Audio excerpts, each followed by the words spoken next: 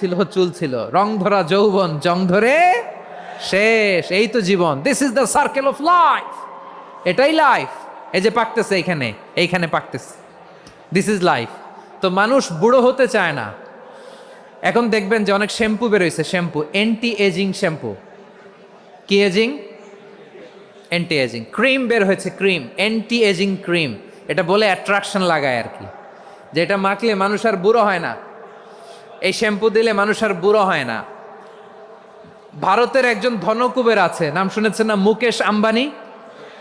ওনার স্ত্রী নীতা আম্বানি, আমি একটা নিউজে দেখলাম যে তিনি গোল্ড ওয়াটার খেয়েছেন। এক বোতল গোল্ড ওয়াটারের দাম মোস্ট লাইকলি $60,000।